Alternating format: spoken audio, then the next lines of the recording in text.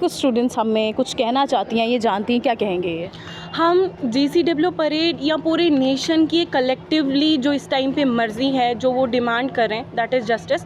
लेकिन हम चाहते हैं जस्टिस शुड बी लाइक कि rapist, every rapist of the country should be hang to the death, और ये जो हैंगिंग है उसकी, that should be in the public, और बहुत speedy justice. We demand for the speedy justice because justice delayed is the justice denied, obviously everyone knows.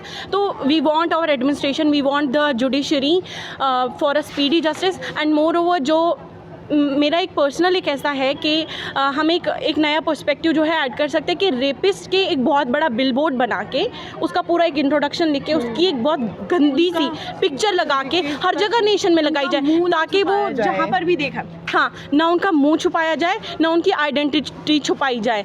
उन्हें जितने से ज़्यादा तुम उसे फ्रंट पे ला सकते हो, उन्हें लाओ, because they have done such heinous crimes. सबको पता होना चाहिए उसके बारे में, and they should be hanged publicly. That's our only demand. We demand for the justice. We want the rapist to be hanged. और जो लड़कियों को बोला जा रहा है, अभी हमने भी कहा कि हमारे पेरेंट्स हमें बोल रहे हैं कि घरों को जल दिया है, इससे अच्छा है कि हम लड़कों को कंट्रोल करें, उनको सिखाएं, उनको एजुकेट करें कि अगर तुम लड़की को देख रहे हो वो तुम अपनी बहन की नज़र से देखो उसको। लड़कियों पे जितना प्रेशर अभी बन रहा है कि कॉलेज से जल्दी आओ, रात को घर जल्दी आना, या फिर वहाँ उसके साथ मत जाना, इस तरह से अगर लड़कों को भी पहले से ही एडुकेट किया जाए, उनके दिमाग में डाल दिया जाए कि नहीं, ये लड़कियां हैं, कोई नई मखलूक नहीं आ गई हुई है जिसको देख के तुम बिल्कुल ही वो ओवर कंट्रोल हो जाओगे।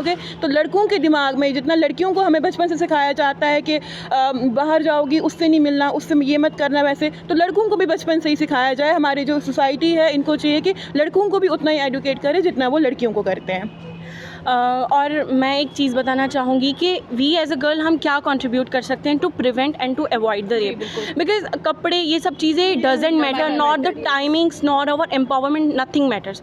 सो I have taken a very little initiative and छोटा सा कंट्रीब्यूट किया था टू दिस कॉज।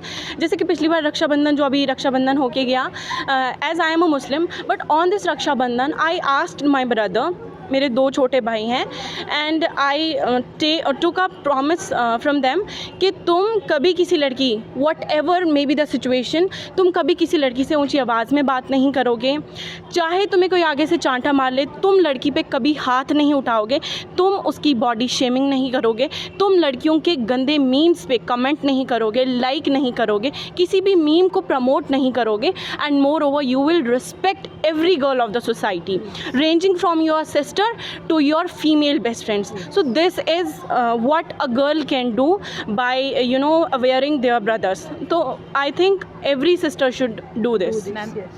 मैम, जैसे डॉक्टर बोमिता का केस आया था तो किसी ने ट्वीट किया था कि उसमें मेरी बहन नहीं थी, तो मे बी ये मतलब उसने ये कहा था कि इसमें मेरी कोई बहन नहीं है, तो ये अच्छा हुआ। तो मैम मैं ये कहूँगी कि अगर उसकी बहन नहीं थी, ये भी तो किसी की बहन थी ना। So ma'am 78 years ago we fought against Britishers, today we fought against our own system. What is this ma'am? Ma'am अगर आज हम सेफ़ नहीं है तो कब होंगे हम सेफ़? मैम अगर आज हम पढ़ रहे हैं, हमारे पास फंडामेंटल राइट्स है, ड्यूटीज़ है, कॉन्स्टिट्यूशन है, मैम ये कहाँ रखना है बाद में? मैम अगर इनको दिया है, इम्प्लीमेंट करा रहे हैं, तो सीधी तरीके से हम पे इम्प्लीमेंट करना चाहिए। तो मैम अगर नहीं तो फिर हमें क्यों दिए, हमसे ले लिए जाए, क्यों है हमारे पास ये? मैम क्या लगता है आपको, ये रेप केसेस के बढ़ने के पीछे की वजह क्या है? ये लोगों की मेंटेलिटी ऐसी आजकल की यूथ ही ऐसी है। वो सोचते हैं कि बस जो हमारी बहन है वही ऐसी है, बट बाकी हम किसी को भी किसी भी नज़र से देख सकते हैं और किसी के साथ कुछ भी कर सकते हैं, वो हमारा राइट है। और अगर ऐसा हो रहा है तो वो लड़कियों की गलती है, क्योंकि वो वैसे मतलब आउटफिट्स डालते हैं और वो ज़्यादा फ्रीली रह रहे हैं। उनको अपनी लिमिट्स में रहना चाहिए, उनको लगता है वो सही है और इसलिए ये सब होता है। नहीं, आपको ऐसा नहीं लगता कि आउटफिट्स पहनना लड़कियों की अपनी मर्ज़ी है, तो लेकिन सामने वाले का नज़रिया जो है वो हाँ, वही तो प्रॉब्लम है कि हम अपनी मर्ज़ी से अब कुछ पहन भी नहीं सकते, क्योंकि हमें ये डर लगता है कि लोग जज करेंगे, और लोगों की सोच ही वैसी है, तो उसकी वजह से फिर ये सब चीज़ें होती हैं। और हम अपनी मर्ज़ी से अब रह भी नहीं सकते, कपड़े भी नहीं डाल सकते, कहीं जा भी नहीं सकते, क्योंकि पता है कि लोगों की अगले की सोच का पता नहीं होता, और फिर ये सब होता है और उनको लगता है कि नहीं हम सही हैं, ये गलत है, इनको अपनी लिमिट्स में रहना चाहिए, और उनको वो खुद सही समझते हैं। आपको क्या लगता है जो रेप केसेस बढ़ रहे हैं, क्या सिक्योरिटी जो है वो लड़कियों को देनी चाहिए ताकि ये चीज़ें ख़त्म हो जाएं?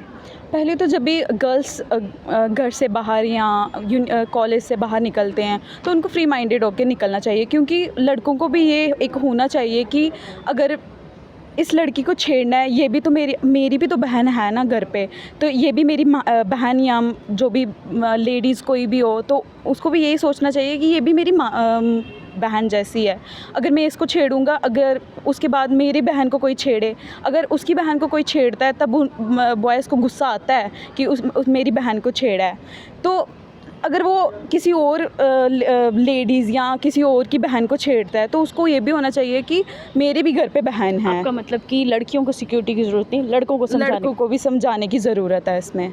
मैम क्या लगता है जो रेप केसेस बढ़ रहे हैं उसके लिए कैसी पनिशमेंट जो है उन दरिंदों को देनी चाहिए? मैं कहती हूँ ऐसे लोगों को ज़िंदा जला देना चाहिए, सीधी सी बात। जो तड़प उन्होंने दूसरे को दी है, वही तड़प उन्हें जब फील होगी तभी उन्हें अपनी गलती का एहसास होगा कि उन्होंने क्या गलती की है।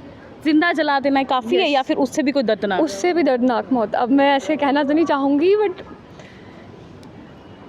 बहुत दर्दनाक मौत होनी चाहिए ऐसे लोगों के लिए। कुछ ऐसे कॉलेज स्टूडेंट्स जो ये चाहते हैं कि अब देखने की, सुनने की जो क्षमता है वो ख़त्म हो चुकी है।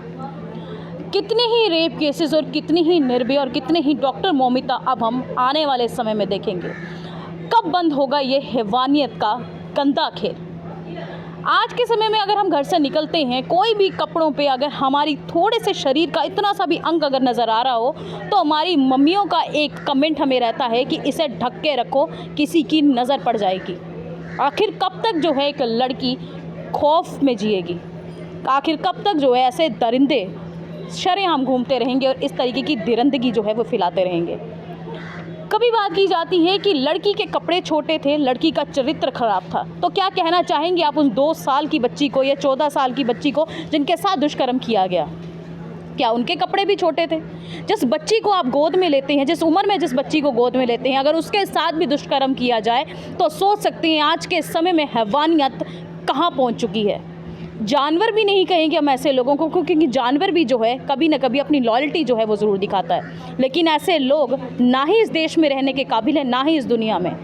सब कहते हैं कि फांसी की सज़ा जो है वो देनी चाहिए, पर नहीं, फांसी की सज़ा ऐसे दरिंदों के लिए काफ़ी नहीं है। जितनी दर्द, जितनी तकलीफ़ और जितनी शर्मनाक चीज़ें जो है वो उस लड़की के साथ कर सकते हैं, उससे दोगुनी और बहुत ज़्यादा उस इंसान को दी जानी चाहिए जिस इंसान ने ऐसी हैवानियत करने की सोच भी ली। काफ़ी ज़्यादा रेप केसेस जो हैं अब भारतवर्ष में बढ़ते हुए नज़र आ रहे हैं, लेकिन डॉक्टर मौमिता रेप केस की अगर हम बात करें, कोलकाता रेप केस की अगर हम बात करें, इससे पूरा भारतवर्ष इस समय कहीं ना कहीं दुख में और खौफ में नज़र आ रहा है। हमारी गवर्नमेंट को चाहिए कि जल्द से जल्द जो है इस पे कड़े सख्त कदम जो है वो उठाने चाहिए और कड़ी से कड़ी सज़ा ऐसे रेपिस्ट को मिलनी चाहिए। सुन ही लिया होगा आपने कि एक लड़की बचपन से लेके अभी तक क्या क्या सुनती है, क्या करती है, लेकिन फिर भी उसकी सिक्योरिटी जो है वो कहीं नज़र नहीं आती। वीडियो को ज़्यादा शेयर कीजिएगा और अपनी राय कमेंट सेक्शन पे ज़रूर रखिएगा। जय हिंद, जय भारत।